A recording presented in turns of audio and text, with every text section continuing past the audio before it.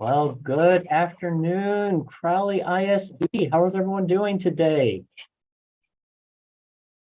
My name is Anthony Kirschner, Communications Department here for the school district, and we're thankful that you took a little time during your lunch hour on this beautiful Saturday to join us for one last bond information session. We've had these throughout the spring, both in person and on Zoom, and so we just want to thank you for taking time to be here and see if there are any questions you still have about the bond before Election Day is tomorrow, Saturday, May 6th. Polls open at 7 a.m. and will be open from 7 a.m. to 7 p.m. across the district. A little later today, we'll talk about where polls will be open and answer any questions you have. But as we're getting started, I'm just going to ask if you would take a chance to put your name in the question and answer box, or you don't even say your name. You could just say who you are. If you're a parent, if you're a student, if you're an employee, if you're just a community member, just let us know who's here. That way we kind of know who's in our audience and how to prepare for our presentation. And so be putting who you are. I see a parent, some employees. Great. Parent employees there as well. Got several employees. Also, I want to take this time to see if there are any big questions that you know you have coming into this that you want to make sure that we address during our presentation. We know your time is valuable, and this will not be a long presentation, but we want to make sure every question that you have is answered. So I see we have more parents there. We have a North Crowley ninth grade parent who's with us. Thank you so much. Lots of parents. Awesome. This is wonderful, wonderful. So as you all know, we've been talking about the growth here in Crowley ISD. We talk about, but also most importantly, we see it every time we drive around our community. There's a new neighborhood being built. We continue to enroll students into our schools. Just a couple of weeks ago, we celebrated 17,000 students, and now we're past that, probably getting closer to 70,100, and that's going to continue to climb as more homes are built and more families choose Crowley ISD because of the great things happening here. And so as we've been talking about this bond, it's a community-driven process where this group of more than 40 parents, residents, teachers, grandparents, students came together and worked for months to look at the growth, to look at the state of finances, not only in Crowley ISD, but across the state, and to see what kind of facilities we need to keep up with this growth, and also just continue providing world-class excellence in education for all of our students. So we've been doing that for many, many months, and that group then made this recommendation to the Board of Trustees that was unanimously approved back in January. And since then, our job has been to educate and inform people about what's in the bond and why we need these specific projects. And so we've been working really hard to do that, starting with voter registration, making sure our new 18-year-olds are able to vote, but also the people who just moved into the community from out of state who may not be registered. So we did that. And then we spent a lot of time educating and informing people about what's in this bond. And as we've done that, we've seen some common questions come up, and we're calling our top 5 most common frequently asked questions. And to start our meeting today, to kind of get us started on what those questions look like, we want to show you this video. These are our very own students asking these top 5 questions to our superintendent, Dr. McFarland, and we want you to see the answers to those, and then we'll get back. But be thinking about your questions, and please continue to put those in the Q&A box, and we'll get to those right after this short video presentation.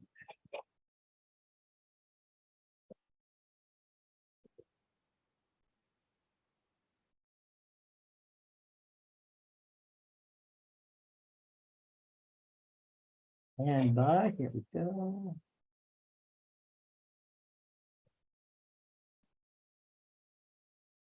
All right, here is our video.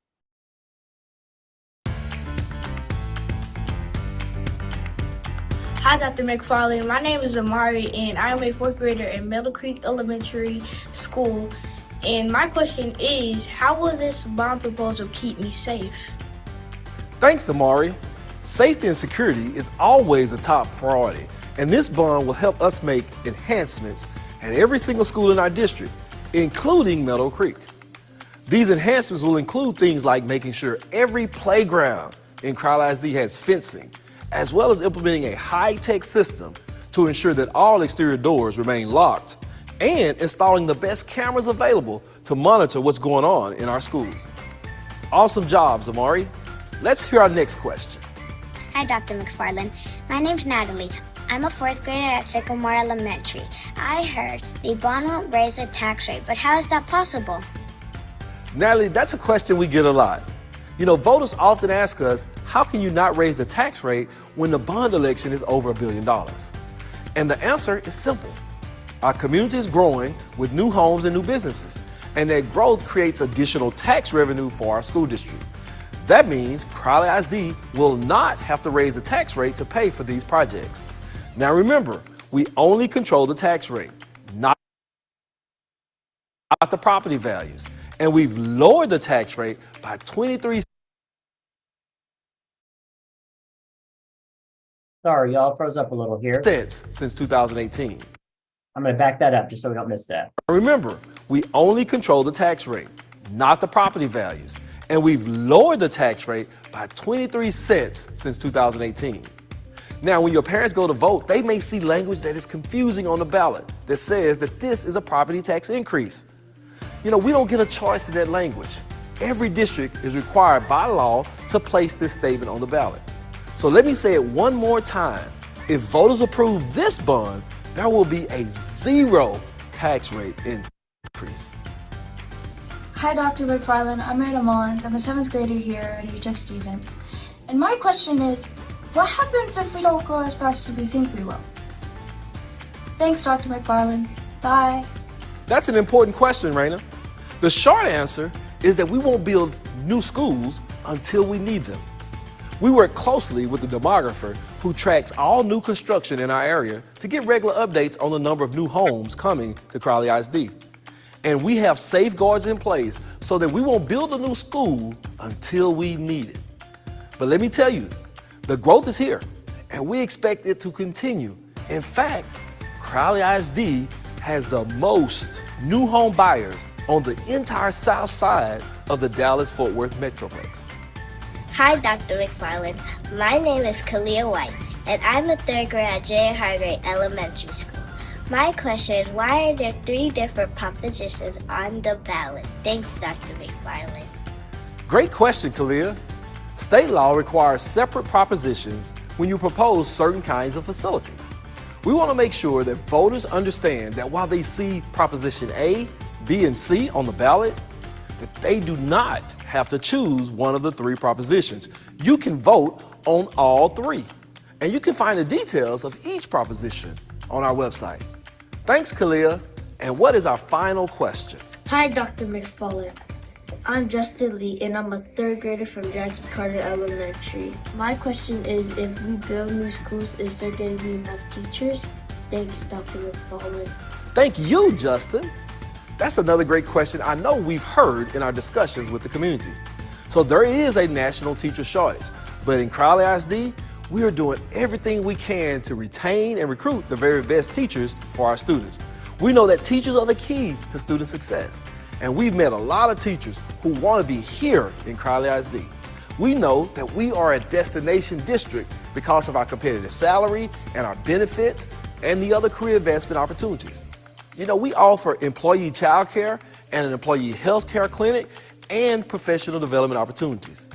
Not only have we conducted multiple job fairs, we have a team dedicated to going across the state to find teachers. We're leaving no stone unturned.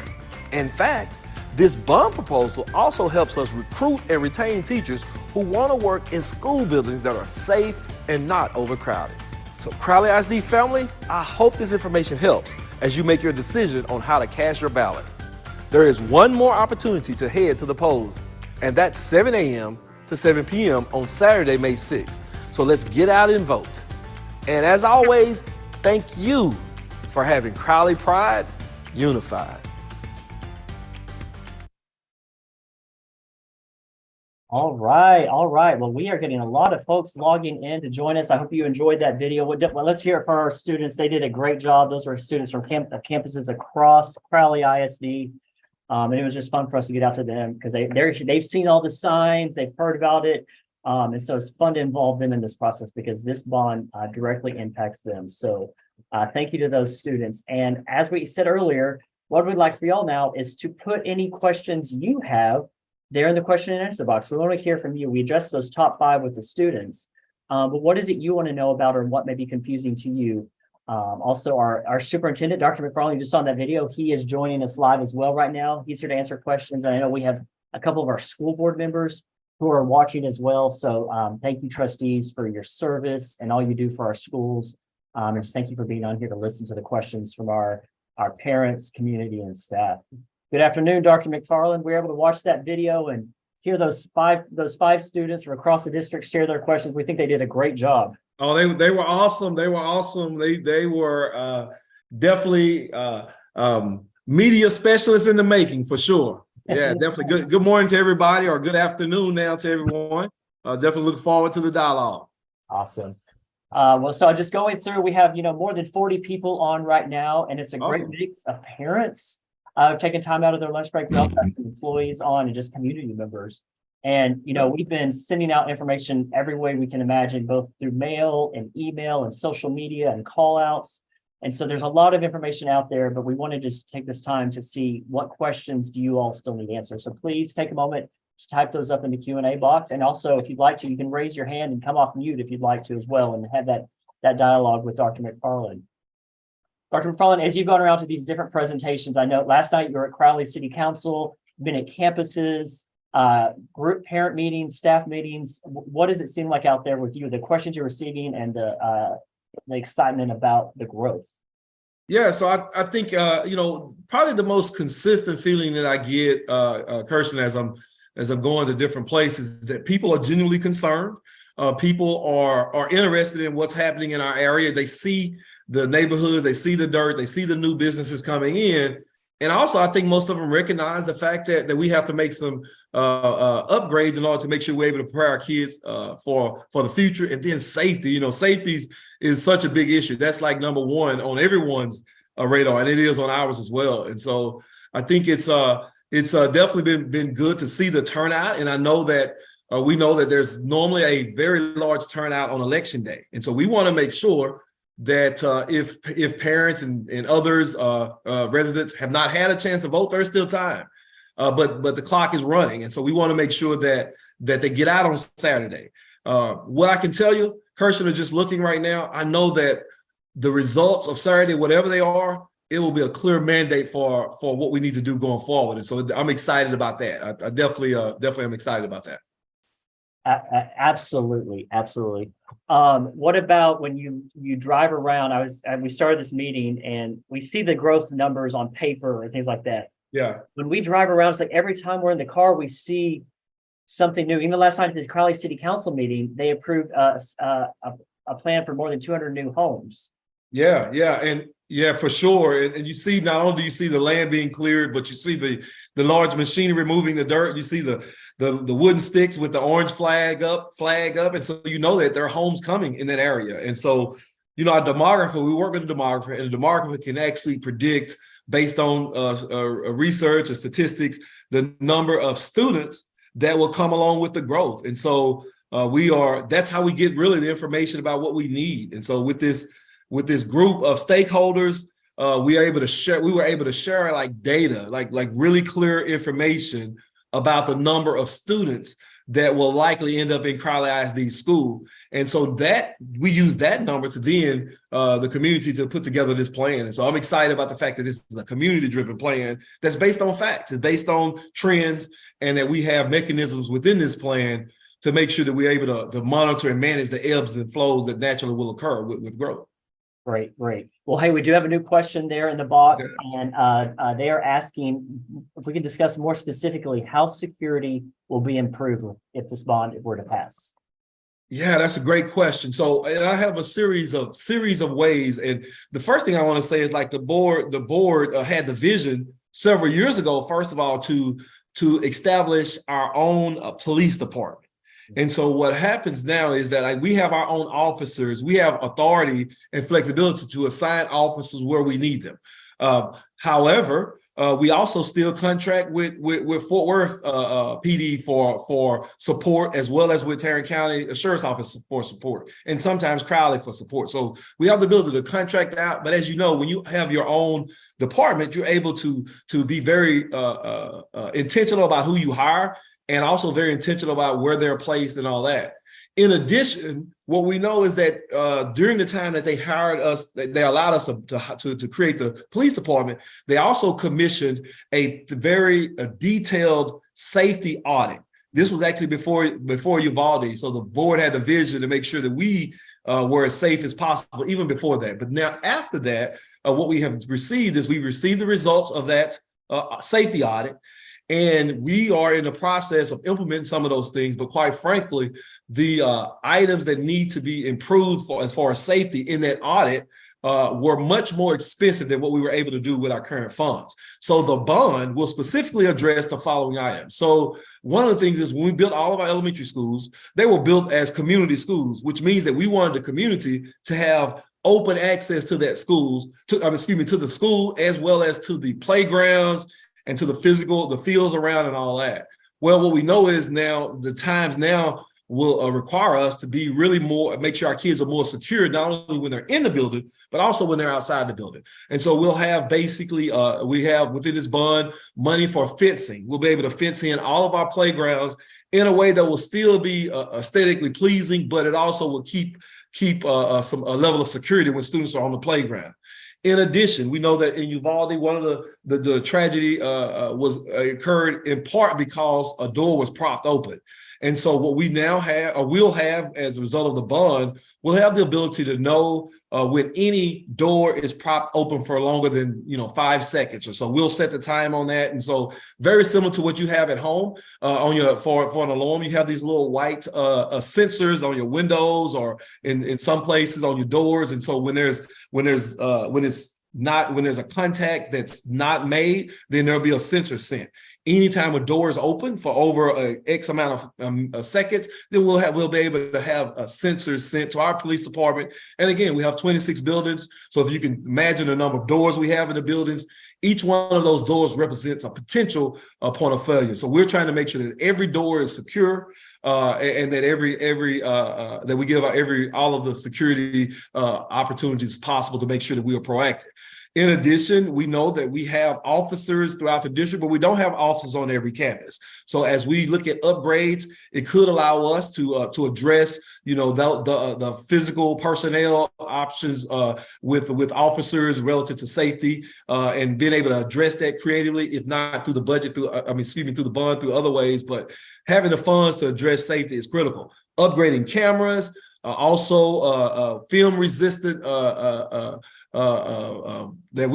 film resistance that we can place on our windows, on our front doors to make sure that there's no breach there without some kind of obstruction. That'll be opportunities as well. And so again, there's several others. Again, we don't want to release all of the information, but there will be significant numbers of safety increases at every campus if this bond were to pass. Great. We have another question in here from Holly Musselwhite. She's asking, will another bond be on the table again in 2 years? That's an awesome question. And the reason why the question is so critical, we know growth is occurring and it's moving at a very fast clip. So what we did was we had actually the demographer to look 10 years, 20 years down the road. And so we asked the question, of that committee, do we want to prepare for 5 years? Or do we want to prepare for 10 years? Or do we want to prepare for 20 years? Mm-hmm. And of course, they felt comfortable preparing for 10 to 15 years. And so the bond, quite frankly, is a plan that's designed to address our needs over the next 10 years. What we do know, though, is if the bond passes on Saturday, we will not start on all of those projects like the day after the bond passes. We'll only start on the projects that we need and that we have capacity for today. But the plan actually prepares us for potential capacity over the next 10 years. And we believe if the growth continues like it will, like it should, or like it's projected to continue, and we projected the growth at a very aggressive rate. And so we believe that if we approve this plan will be able to meet our needs over the next 10 years. Now, after that, we may have to reevaluate, and there could be a possibility of needing something 10 years from now, but we do know this plan will address 10 years. So to answer your question, there should not be another bond in the next 5 years if the growth continues at the rate that we're projecting. Great. Like I said earlier, we've had multiple trustees joining and listening to our Zoom. Some of them are in other meetings, other commitments, and they can't talk, but we do have Mr. Daryl Davis, and he was able to come on and just say hi to the group. Mr. Davis, thank you for being with us today. Good afternoon. We appreciate you. We know you've been out working hard, letting people know about what's in the bond. As a parent, a community member, what are you excited about as we see this growth and head into our election day? Well, first, let me say thank you, Dr. McFarland, Mr. Kirshner. Thank you all so much just for the opportunity to pop in and just share with our community. I am elated just to be a part of Crowley ISD, particularly at this juncture, because there are some great things that are happening in our district. There is exponential growth that is taking place, and we are just excited about all the great things that are Crowley ISD. I love the fact that the bond, and Dr. McFarland has shared many things, and there have been some great questions about the safety and security upgrades. One of the things that I am tremendously excited about is the fact that every school, every student is going to benefit from this bond. There are other bonds and places that we see, whether it be a city bond or another school ISD bond, where it is targeted to specific schools. But this bond here in Crowley ISD, this is about the entire district. This is not just about one area of the district. This is not just about one community. This is about all 55 square miles of Crowley Independent School District. And so every student in every school is going to benefit in some shape, form, or fashion through this bond. So this is not only about managing the growth, and we definitely have to prepare for that, but this is also making sure that every student in our district has access to the best, has access to the greatest resources, state-of-the-art facilities. And so that's what the community decided in this bond. In addition to that, this wasn't something that the school board decided. This wasn't something that the school leadership decided. This was you all. This was the community. Some 40 members of our community from various cross sections of our district, be it stakeholders of various forms, students, teachers, parents, grandparents. We had city council members from the city of Crowley. I mean, you name it. All of those communities were at the table, reviewing what it is that we currently have, taking into consideration what the demographer has said, but also making sure that every student and every school in Crowley ISD benefits from this bond. And so when you think about it, you can't really have a better case scenario than having the community decide what we want to see happen in our school district, and then also ensuring that every single subsection of our district is going to benefit from this bond. So I'm excited about that. I hope many of you are excited about it as well. This is a great time to be in Crowley ISD. All of the things that we need to be the top in Tarrant County are in place. Now we just need to make sure that we step it up, go to the next level, but also prepare for all of the students that are coming into our district. They're coming because great things are happening in Crowley ISD. So again, thank you, Mr. Kirshner, Dr. McFarland, just for the opportunity to share with our community, with our families and our voters. And so I'm excited about what's happening, and hopefully the voters will vote for Crowley ISD. All right, thank you, Mr. Davis, and definitely thank you for your leadership in this process, and really, in your seat. So I appreciate it. Certainly, it's an honor. All right, we've got a couple questions coming in about how we're going to pay for this and the tax rate. One person asked, will they see their property taxes go up? Another one said, well, you won't raise them now, but what about will they be raised in the future to pay for these projects, Dr. McFarland? All right, and so I know that this is part of, I know Mr. Davis, if you're still on, jump back in, because this is the part I know that he talked a lot about. And so, so give me the first question, Kirshner. Will this cause their property taxes to go up? And if not now, what about later? Gotcha. So the property tax rate right now is set to, is really at the maximum level that it can be for a school district. So the growth that we're able, the plan that we put together in Proposition A, B, and C, all those projects can be completed without a property tax increase due to the growth and the growth in our values here locally.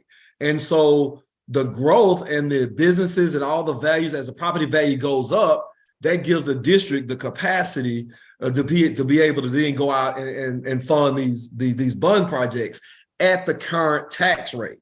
The state law will not allow us to increase the tax rate. So we can't increase the tax rate. We're at the maximum right now. We can't increase the tax rate. So the only way we can actually build a building is that our property value go up, and at the current rate that we have, we're able to pay. We're able to actually pay the bonds.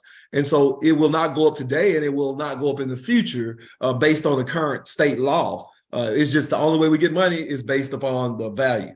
Mr. Davis, I know you had a great way of explaining that, and so I wanted to give you an opportunity to share your perspective on that as well. Sure, thank you, Dr. McFarland. I think that it's important for our community to understand, and you mentioned it earlier, but everything that the voters potentially give us authorization to do does not mean that all of these projects are going to start immediately. Mm-hmm. And so as rooftops continue to go up, that is increasing the tax base. As those rooftops, start going up, then that's what is going to spur the need to build the additional facilities. So the income is already going to be generated, as we begin to expand our district. And so the ballot proposals or the propositions is just to give us the authorization to build these projects when necessary. So it doesn't mean that everything is going to start, if the voters approve on Saturday, that on Monday morning, we're starting building. No, that's not how it works. And so the growth that is going to occur systemically over years and over, the next 5 to 10 years, that is what's going to help pay for the bond. And so we are able to do so at the current tax rate because, again, the state has already put that safeguard in place. So we are able to say that we're not going to increase the tax rate because the state has already ensured that we're going to do that. So I know that is a continuing question that we get because most people want to understand how we're able to do that.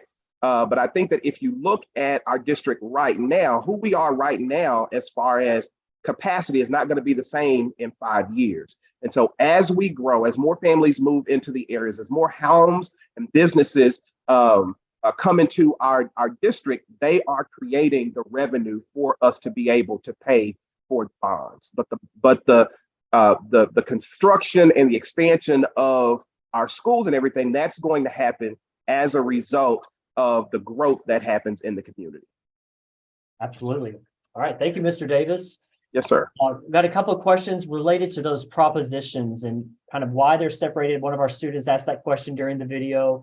So they're asking if we could explain about more of what's in propositions B and C, and also specifically what's that inclusive outdoor learning center going to be like for children and families with special needs. And I will share my screen so that you kind of see how those propositions are broken down as you're talking through these. Okay, all right. So I'll just jump to let me answer the first question. So the law requires us to separate fine arts facilities and athletic facilities, especially if those facilities are going to seat over 1,000 children. And so what you'll oftentimes see is you'll see bonds broken up into propositions. When you look at our propositions, Proposition A, of course, deals with all the safety and security upgrades, the new facilities, any renovations, all those kind of land purchases, technology, all those general things that will impact running a school district. The additional propositions will deal with either fine arts or athletics, or other really fine arts and athletics are the others that are required, especially if they have seating capacity of over 1,000 seats. So when you look at Proposition B, we have listed here an inclusive outdoor learning center for children with special needs. Basically, what that is that we are designing an outdoor learning space for students with special needs. That a lot of people refer to as these are students that are in our special education program. Could be students that are autistic, could be students that have other disabilities or other specially abled students. And so what we're attempting to do, and the community was clear, they wanted to make sure that we had actually addressed the needs of all children, not just children that were of the traditional mindset, that we were addressing the needs of all children. And this is a need that was presented to us. What we know is that most facilities are made to be accessible for children with special needs, but we wanted to actually design something for them. And so there's a difference for that. In addition, we were in conversations with the city of Crowley about locating this possibly at Bicentennial Park. So we'd have a kind of a space where families could also benefit from when we were not using it for educational purposes during the school day. And so we think this is a great partnership opportunity for us with the city of Crowley and maybe the city of Fort Worth. And so that we thought that was important. Also, could you put it back up for a second, Kirshner? Also, the other item on Proposition B was dealing with the indoor and outdoor track and field complex, or the track and field complex. So that's basically on our site where we have our multi-purpose center right now, our athletic field. We would have actually a track field there as well. So that's also a part of Proposition B. Proposition C, we are looking at the space where our old administration building is to actually build a performing and fine arts center and an innovative learning center there on that site.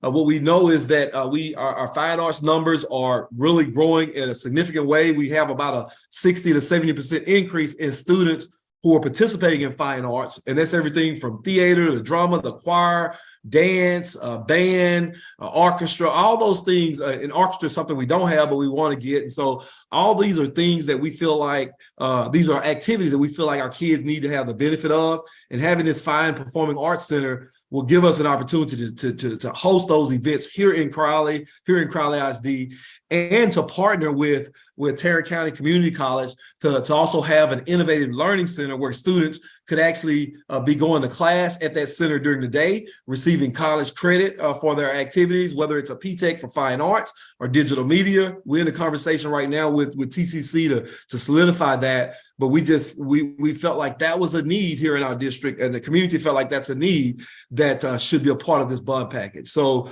the good thing about it is you don't have to decide between Proposition A, B, or C. You can actually vote on all three, and then all three will again be funded with no tax rate increase. And it's the growth of everyone moving to the area that will actually allow us to fund all these three facilities, these three propositions. Great. All right. So if someone's asking, can you vote for the different things in the different bonds? I think this is a two-part question. Okay. Propositions. Do you have to choose one? But also, what if you're on the Fort Worth side of the district? You're a taxpayer, but you live on the Fort Worth side. So can that person vote? And then do you have to choose different propositions? Yeah. So great question. So you don't have to choose between the different propositions. Actually, we encourage people to make sure they vote it for all the propositions, or vote in. When I say vote for, what I mean is just vote in all propositions. Make sure your voice is heard on all propositions. Again, I'm not encouraging you to vote one way or the other, but I want to make sure that you actually have your voice heard on all three propositions. Also, if you live in Crowley ISD boundary, regardless of whether you live in the city of Crowley or not, you can vote in this election. And one way to find out is just type your email in, and maybe you can show that cursor. But if you type your email into an address finder on our website, and it'll tell you a Crowley ISD school will come up, and then you know that you are a resident of our district. Yeah, Dr. McFarland, let's show them how to do that, because it's okay. Simple, and not only for this election, but as you have people moving in, or you want to know what school someone is zoned for, every address on this is really easy to find on our website. I'm here on our homepage, and I'm going to go to parents and students, and I'm going to go to ask the school locator which school will your child attend. And in here you'll see up on our pops up a map of our entire district, all of our boundaries, which is also fun to see. People don't always realize this is I-20 and I-35, that we go so far up past I-20 over I-35. We get half of Benbrook Lake and even down into Johnson County. And so you can see our attendance zones split up there by elementary, middle, and up here is just where you type in your address. And so I'm going to type in 512 Peachtree, and it will tell you what schools that is zoned for. So Best for Ace, Richard Alley, and Crowley ninth grade, of course, and Crowley High School. But because that pops up, that means that you're a Crowley ISD taxpayer.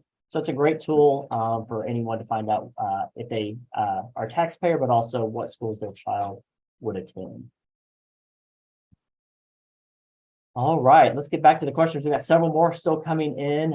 There's someone asking about homeowners versus renters, and if we know what percentage of people in our district are renters. I know we know our percentage of economically disadvantaged, which that could be, of course, people that live in homes or renters or apartments. Is right around 77% of our students are qualified as economically disadvantaged. But Dr. Farley, that's not necessarily a number we keep as far as what kind of home they live in.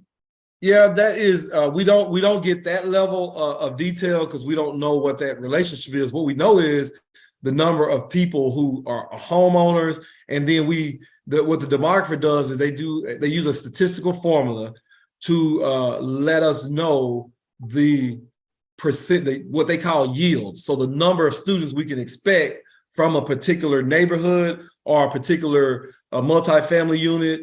And so they use that. They use several formulas to kind of project based on our local demographics. And so just because we have one home doesn't necessarily mean that we're going to get one child. And so we figure that out. We use he uses that formula, gives it to us, and every quarter we get updated numbers on what the expected or projected enrollment will be. And they also take in consideration private schools or charters in the area. And so they take in consideration all of the realities, but they can give us a pretty accurate, and they've been pretty accurate, actually. They give us a pretty accurate number of what to expect, and then we plan based on that number. Yeah. And what we do, go ahead, Mr. Davis. Well, and I was just about to say, because I think also that kind of the nature of the question may have also been about those who are renting, not necessarily bearing the burden of the bond or whatnot. So actually, the property owner of the apartment complex or whatnot, they are that is who is being taxed for property taxes. But of course, that is disseminated to the renters. And so part of what those renters are paying each month is to help go and pay the property taxes for the entire complex. So even renters are sharing, and that's why their vote is just as important. Whether you're a homeowner or not, you are a voter, your voice is just as important. Because we're all equally sharing in the burden of what our district ultimately becomes, because we're all in some way, be it directly or indirectly, we are helping fund our district. Absolutely. And that's even prior to the current bond election. That's just the regular school taxes right there are paid. That's shared by everyone. But thank you for bringing that up, sir.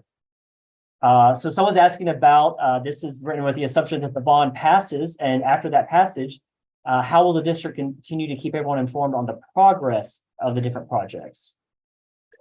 Yeah, that's a great question. One of the things is we will be having what we call our bond oversight committee, and so we'll be actually asking for people to serve on that committee. And so on a quarterly basis, we'll just be giving an update of where we are with the implementation of the bond project, provided it passes. And so what we do plan, again, we'll have a committee of stakeholders that'll be representative of the community.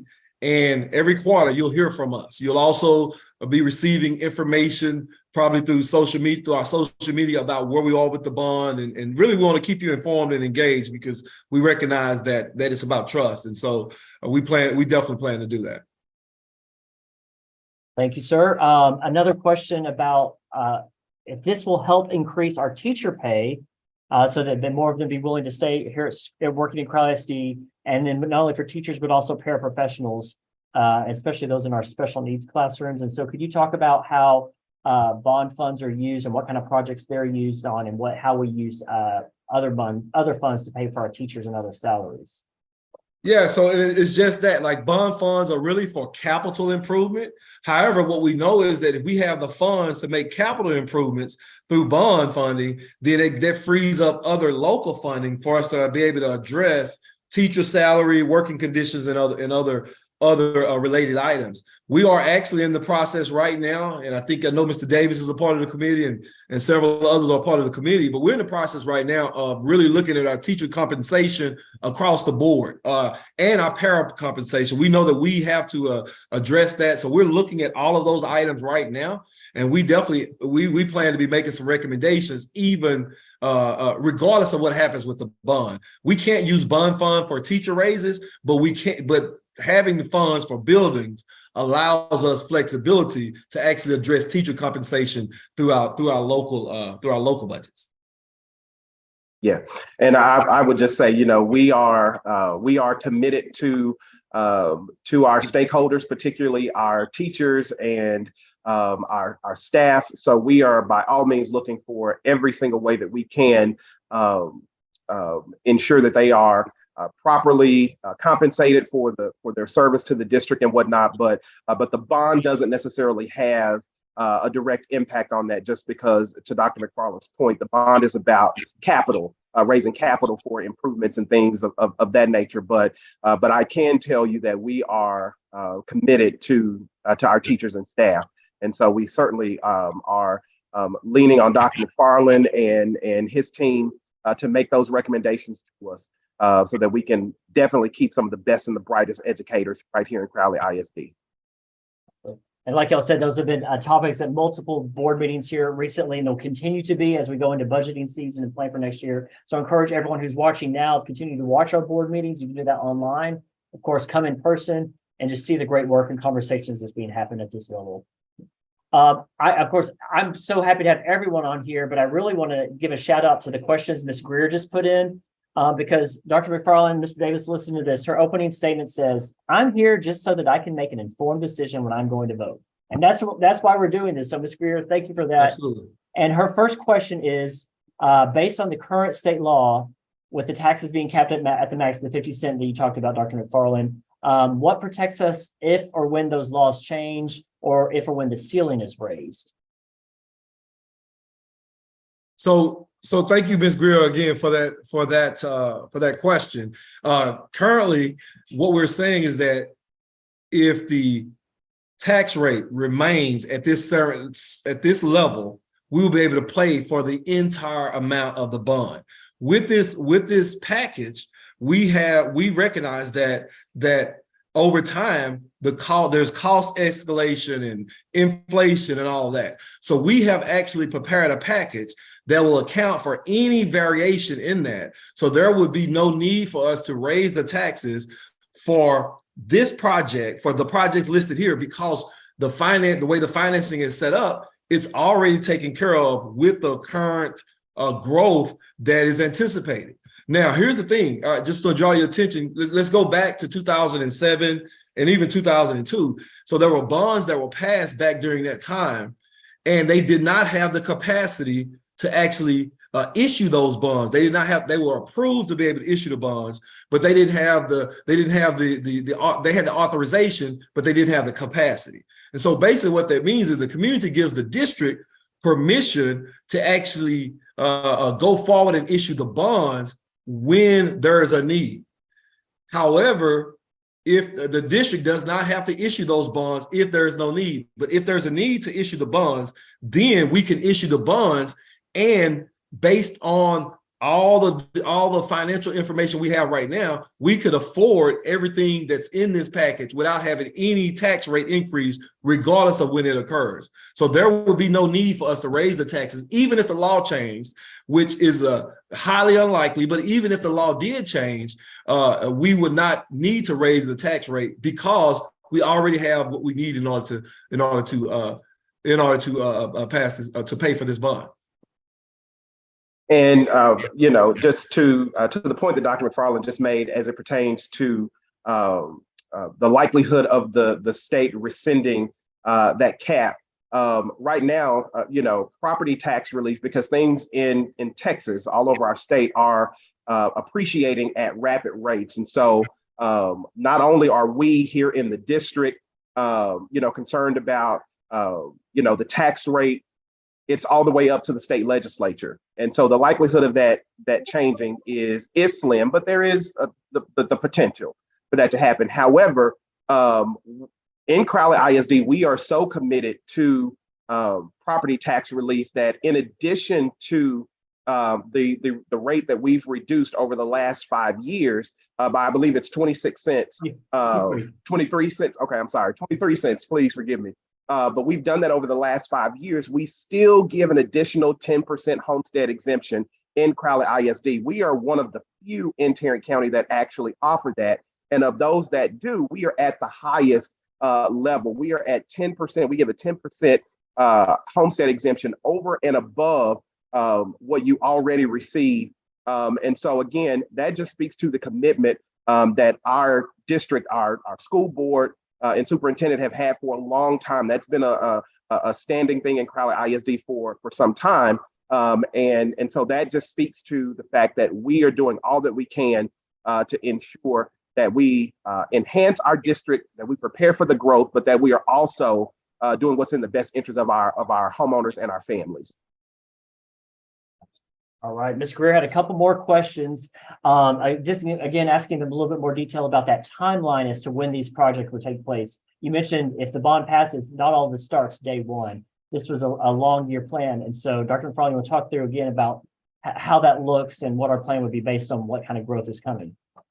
Yeah. Hey, Kirshner, if you could give me a second. I just met with Reeves yesterday, and we have a potential timeline. So give me a second to put my hands on that. Absolutely. And then I'll come back to that question because I want to just be as clear as I can. So if we can go to another question, and then I'm gonna put my hands on that timeline. Absolutely. Oh, I got it. Okay. All right, I just found it. Okay. All right. You need to. Yeah. And these are just really based on, we're just preparing just in case, but assuming that the bond passes, we would actually start on the new elementary 17. That's one that's over by Alley Middle School. And by Alley, many of you, if you know that area, that we own property already, about 17 acres over there around Alley Middle School. Like we would start on day one. I mean, we would start on day two, probably on Monday, of designing and all that. Many of you know that we already have the Kyrie School that's under construction right now. And so that one is not connected to this bond. But again, approving this capital fund will allow us to get started on that elementary 17. We also will start actually on the design of Crowley High. We know that a high school takes a little longer. A high school takes about 2 years to get up and going. And so we would actually start on that design phase immediately. And that's another opportunity, quite frankly, for the community to be involved. I don't know if you are, I'm sure most of you were here when we before we did the Bill R. Johnson Career Technology Center, but we had a process where the community came in. We did a lot of collaboration and design, and the building is amazing and is perfectly designed not only for the school but also for the community. We will follow the same process for Crowley High, and so a high school would take a little bit longer. We would actually, going back, elementary 17, if we started in 2023, we would be opening elementary 17 in 2025. So it'll be a pretty quick turnaround there.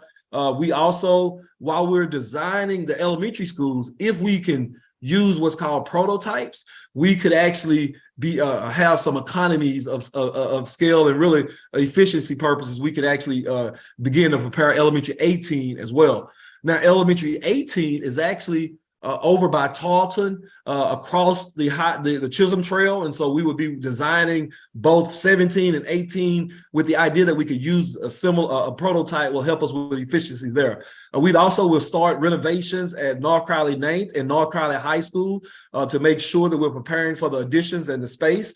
We would also start at renovations at North Crowley 9th Grade Center, renovations at Deer Creek Elementary, renovations at Meadow Creek, Sycamore, and the two middle schools, and then also design on the new Performing Arts Center. Like those are the projects that we've kind of teed up as possible starts, as soon as possible. And we see those projects, being able to be kicking off, and you'll see things on the ground in 2024. Again, after that, we will then begin planning the others. And so we do have a plan And what will change the pace of that plan, quite frankly, would be the growth. Like those things I mentioned, we already have the growth that would communicate to us that we need them. So for example, let's take elementary 17. So the reason why I know we'll start elementary 17 like the next day or the next 2 days is because when we look at the capacity of Deer Creek, of Best Race, and of S.H. Crowley, those schools are already over 90% at capacity.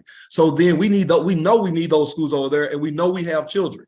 And so it would cause for the board and the district, we'll go into this looking at boundaries and having to redraw the boundaries. And so that by 2025, we're able to get those students into those campuses, knowing that we have Kairos is going to help us as well. So there are a lot of moving parts that will occur. And we think that we do have a plan, of course, to stage these things. So again, there are 8 schools in the bond, but we won't start building 8 schools 2 days after. We'll start on 2 or 3, and then as we need the other schools, then we'll build them. I'm sitting in a building today, and then we also have this multi-purpose stadium. Those were approved in 2007, I believe. Those were approved like 15 years ago, and there was actually 14 years before we were able to start building. And so what I'm saying is that the plan that we have, they had a 20-year plan before. The plan we have is a 10-year plan. So it's likely that some of these projects won't be started until 3-4 years. Some of them will be started immediately. Great. And one more question is from Ms. Greer. Assuming that the bond is approved and put in place, can it be voted out in the next elections if progress hasn't been made? Can you ask that question again, Kirsten? So if the bond is approved and put in place, could it be voted out in a future election if progress hasn't been made? So, when you approve the bond, what you're doing is giving the board authorization to move forward with that plan. And then the district, we have then the ability to look at the statistics and the data to see if we need this, we move forward. If we don't need it, we don't have to move forward. So that bond oversight committee would kind of be able to help us to gauge progress, and the board will be able to gauge progress. And so we wouldn't move forward until we were sure that we needed it, but we are, based on the data, we are sure that we need it. And so as far as going back and voting again, that's not a part of this process. Right. Great. All right, and I won't read all this. Y'all can put this, see this in the chat after we check it off. But Ms. Greer just wrapped that up with saying a statement of she no longer has kids in Crowley, but her experience with Crowley was amazing, and she wants the other children to have everything they need to succeed. They should not fear going to school. Safety is so important. They should want to show up for school and be proud of where they attend. I'm for it. So Ms. Greer, again, thank you for taking the time to ask those questions and be informed before going to the polls tomorrow. All right. What will we do about all of the growth that we see currently and also in the future if the bond doesn't pass? What are those implications? So, we know that's always a possibility, but what we're excited about is the fact that we have a plan that the entire community developed. That this is not a plan that the central office developed or a small group, but we have representatives from the entire community to develop that plan. And we believe that we've had such a turnout that we're going to get a clear direction with the results. And so as we've done before, we have other tools to be able to manage growth. We can redraw boundaries. We will be able to make small modifications. But the reality is, with the level of growth, we'll be at 20,000 by 2028. Whether we pass the bond or not, we're going to be at 20,000 by 2028. And so what we know is that we have currently we're 17,000. So we have 3,000 more students that we know that we're going to have to educate from a physical plant standpoint. And so someone mentioned earlier about teachers, and we know one of the challenges, one of the number one things is making sure that our classroom size is such that teachers can be able to get to students and be able to manage that, and just our building capacity. We want to make sure that they're able to hold that. We currently are at capacity at a large number of our buildings. And so we know that we need these 8 new schools, and we are 3,000 more students are coming, and we know that we have to address those. And so the only way to address them within the school district outside of minor tweaks is through a bond election, because the way bond funding and the way school buildings are funded, like that's the only way you can fund a building, and because of the significant cost of a building is through a bond election. And so that's where we are, and that's why we're putting this bond forward. And if I can just jump in really quickly, Dr. McFarland, I think we have to understand what the picture does look like for the educational experience in Crowley ISD if the bond doesn't pass. There are some things that we can do to deal with the growth, but that looks like portable buildings outside of most of our schools. And who in the district, wants their children, the vast majority of them to be in portables and these type things. So yeah, there are some minor tweaks that we can make, like you said, increasing the class size, which then has an implication on the quality of work for our teachers and our staff, because now we're having to raise the size of the classroom, or we're having to put teachers outside in portables. We can do those things, but I think the question then to ask is, how is that going to impact the educational experience of our students?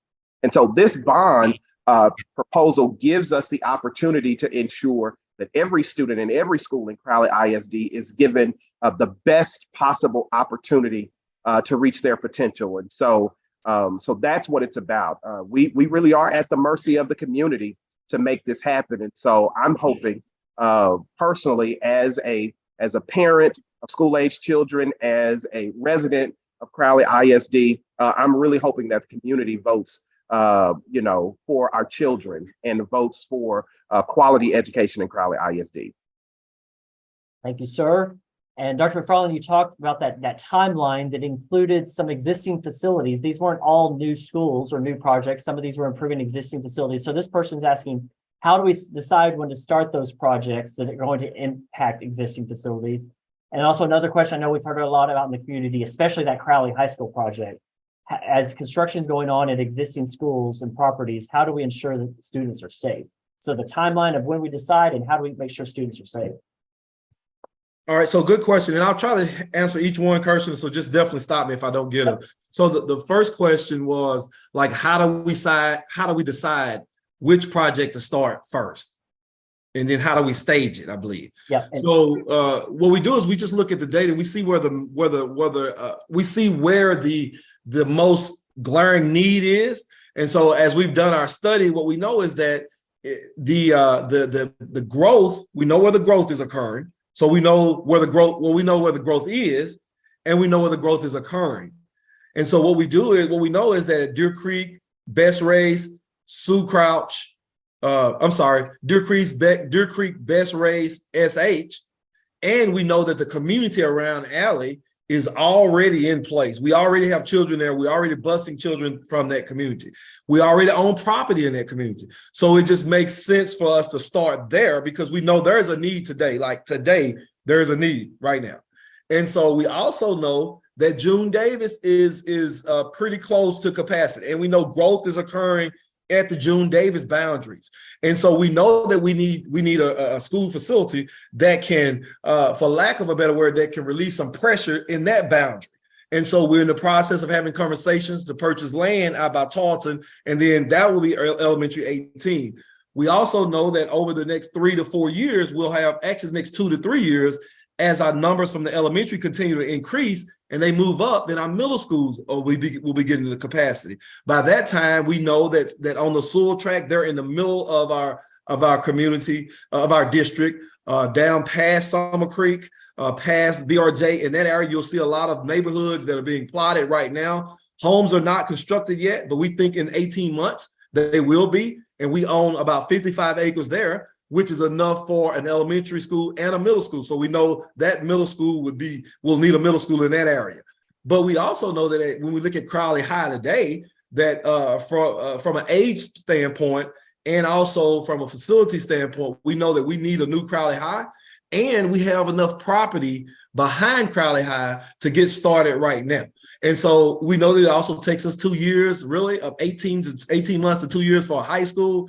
And we know if we look at our projections, by then, the current Crowley High School, if we did nothing to that school, 2 years, it would be at maximum capacity. So we know that by the time that school will be hitting maximum capacity, if we started on design right now, we'd be opening up a new Crowley High, which would have a greater capacity than the current Crowley High, and the upgrades would be in place.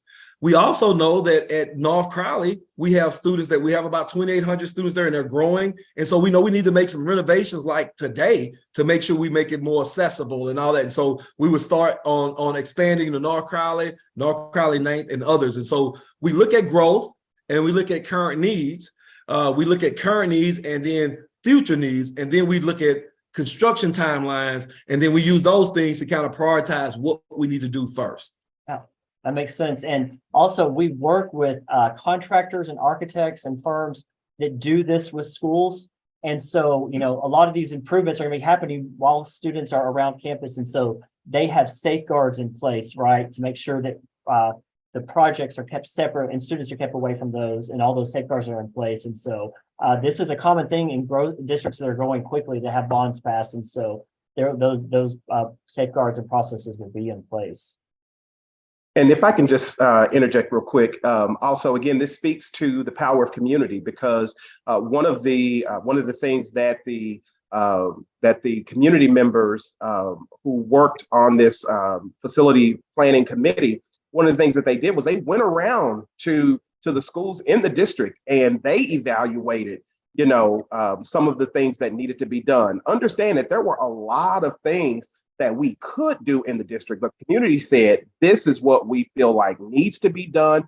These are the things that we need to have in our district. And so some of our facilities, you know, that have been in place for a long time, they felt like, you know what, we need some upgrades here. And so that's, again, the power of community, and why we are here in Crowley ISD. We're so fortunate that this was something that was evaluated over almost a year, and not just by school leadership, not just by Crowley ISD employees, but by the Crowley ISD stakeholders, to look at our current facilities, parents to be able to say, you know what, I want my children here at this particular school to have the same or similar experience as kids at other schools, which means we've got to do some things here to bring this up to parity with other schools in the district. And so that's what this is about. So again, every student, every school is going to benefit from this bond. And I just think there is no better case scenario than we can have than having the engagement that we've had from the community,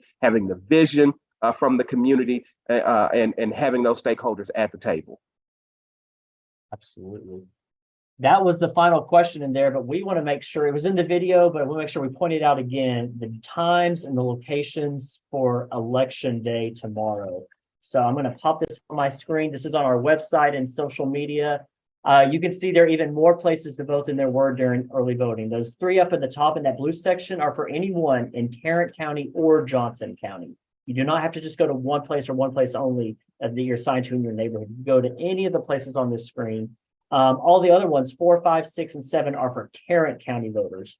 So for as far as CIC facilities go, Bill R. Johnson CTE Center is another polling location. Crowley 9th grade campus, North Crowley High School, Meadow Creek Elementary School, Parkway, Oakmont, and of course the Southwest Sub Courthouse and the Crouch Event Center in Bicentennial Park. And polls are open 7 a.m. to 7 p.m. tomorrow. And all you need is your driver's license or ID when you go in there to vote. It's really fast. It took us like 2 or 3 minutes, I think, when I went. Dr. McFarland, what other thoughts do you have for the group? Really no other thoughts. I just want to say thank you for taking time out your day to become educated. Our job is to educate, and we know that our community will speak. They'll speak loud and clearly for us, and we'll take that information and move forward. Thank you all again for being here. Appreciate you, Kirsten, for all the work that you all have done. Communication team has been phenomenal at really helping to make sure that we get the word out.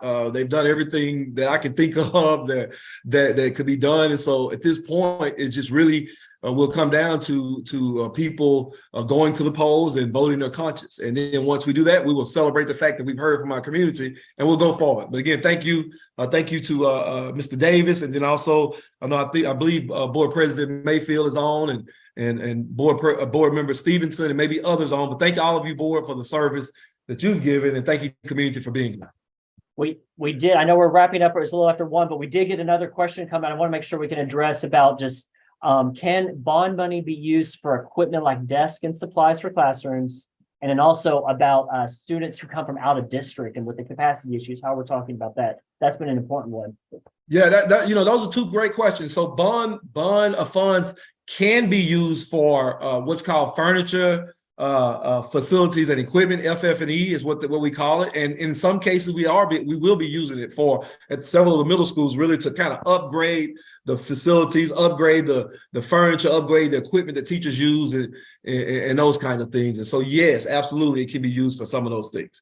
The other question was dealing with open enrollment, I believe. Mm-hmm. And so we have a process of open enrollment and a practice of open enrollment.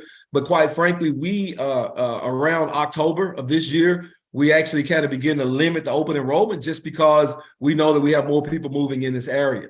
We will probably always have open enrollment, but we will closely scrutinize the enrollment, the open enrollment students, because we want to make sure that for kids who live in our district, teachers who work in our district, that we have seats for them first, and then where there are seats available, we actually still have the ability to accept others. But at this point, we're not accepting any students who are outside of the district because we don't have the capacity. All right. Well, hey, if you took the time to be here today, we want to thank you. And also to spread the word. We know not everyone has voted yet. So tell your neighbors, tell your family members.